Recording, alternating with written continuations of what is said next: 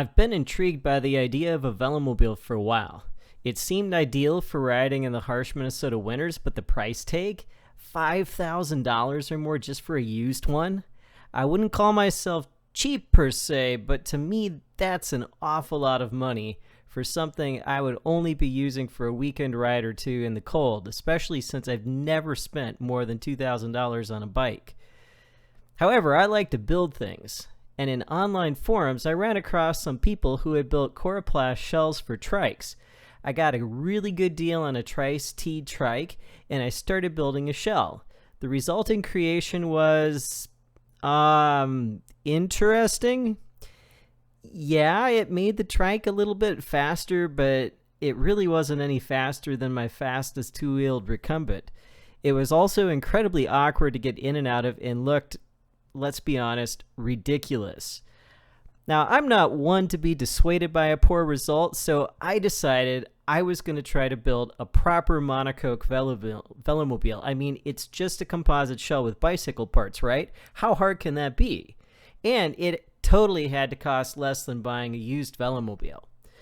Now, they say innocence is bliss. After consulting extensively with the ultimate authority on building things, YouTube, I learned how to build a cedar strip shell using a cedar strip kayak technique. And so I got to work out in my garage. A month later, the shell was complete. I started the project in September and I figured, hey, I'm going to be done by Thanksgiving. Thanksgiving came and went, and I definitely was not done. But hey, it seemed like I was close, and surely I was going to be done by Christmas. In fact, I even thought, hey, I'm going to take my Christmas tree down to the basement, and I'm going to put my Velomobile under it. Instant social media fame, right? But then I ran into some issues setting up the steering and aligning the drivetrain, and found the front of the cockpit was actually way too close to where I was sitting. After some significant modifications and a lot of frustration, I finally got the Velomobile on the road. By now it was mid-April. I did some riding in it over the course of the summer, but it turned out it was 90 pounds, and it wasn't exactly the best riding experience, especially up hills. And then I discovered how bad my open wheel wells were aerodynamically, and I decided it was time to tear it apart and rebuild a bunch of the front end with carbon fiber. By the following Christmas, the temptation to get a commercially built Velomobile led me to gifting myself a 10-year-old Quest XS I'd been eyeing for Christmas. I told myself I was going to use it to guide me in improving my home-built Velomobile, and then I would turn around and just sell the Quest. However, the Quest was so much lighter, so much faster, and so much better built that I didn't want to sell it. I always wondered why Velomobile riders almost never rode their unfaired bikes. The Quest explained that for me. The trouble is, it also left me wanting something even better. I wanted better airflow, I wanted less weight, I wanted better stiffness and efficiency, and when the opportunity came along to get a bulk, I placed an order.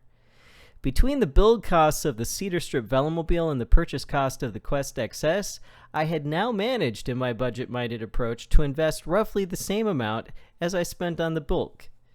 So, why are Velomobiles so expensive to build? Nearly everything is made out of carbon fiber to keep it as light as possible, and that is all laid up in handmade molds made from handmade plugs. The materials to make the shell aren't exactly cheap, especially the epoxy resin. It has to cure in highly controlled conditions. Even painting is labor intensive. All the small pinholes left in the resin matrix in the epoxy resin have to be filled with putty, and then everything is sanded perfectly flat in order to get a smooth aerodynamic finish. The paint process alone takes nearly a week. Then there's the installation of the interior parts where everything needs to be perfectly aligned, as I learned the hard way. The whole build process can take as much as 6 weeks at the factory, at least if you want it done well. Of course, it would be great if Velomobiles could be built and sold for a lower price. What I've learned from my own build process is that there are compromises that have to be made in efficiency and driving enjoyment if you want to keep it cheap.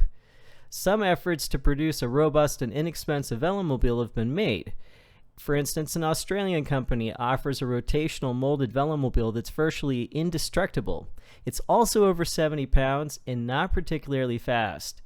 There are a few in the US, and they periodically show up for sale every year as their owners upgrade to a more efficient model or just plain give up on riding velomobile altogether. Then there are the fiberglass velomobiles, like the older Quest models, which can run up to 80 pounds or more. Fiberglass is cheap, but it's not exactly known for its stiffness. That means the effort you're putting into pedaling is not all transferred to the drivetrain. Heavy and flexible also means poorer acceleration and climbing, both of which can cost a lot of time in a commute and also suck a lot of the joy out of riding, as I've learned. Lower production costs would also impact the quality of the drivetrain parts and the assembly accuracy. Cheaper shifters and derailleurs tend not to operate as precisely, and that was actually the case with my first recumbent bike. Assembly done by less skilled labor also can lead to poorly aligned drivetrains and bad steering action and handling, assuming, of course, those things were actually designed properly in the first place. That all adds up to a mediocre ride experience and could lead a lot of potential riders to decide velomobiles just aren't that great, not to mention the safety concerns from failed parts. Now, remember how I said I wanted a velomobile for something to ride for fun on weekends? Turns out I enjoy riding the Buick so much that I've started commuting and running all my errands with it. In fact, what I intended to be a weekend toy has now replaced my car. So let's talk about cars for a moment. AAA does a yearly study on the average cost of owning a car. For 2023 in the US, that cost is a whopping $12,182 based on driving 15,000 miles.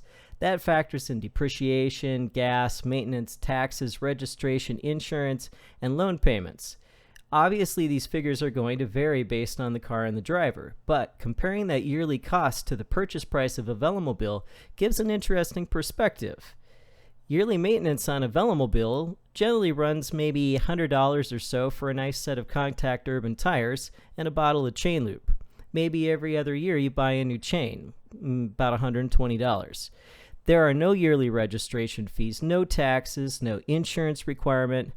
Velomobiles also tend to hold value longer than cars.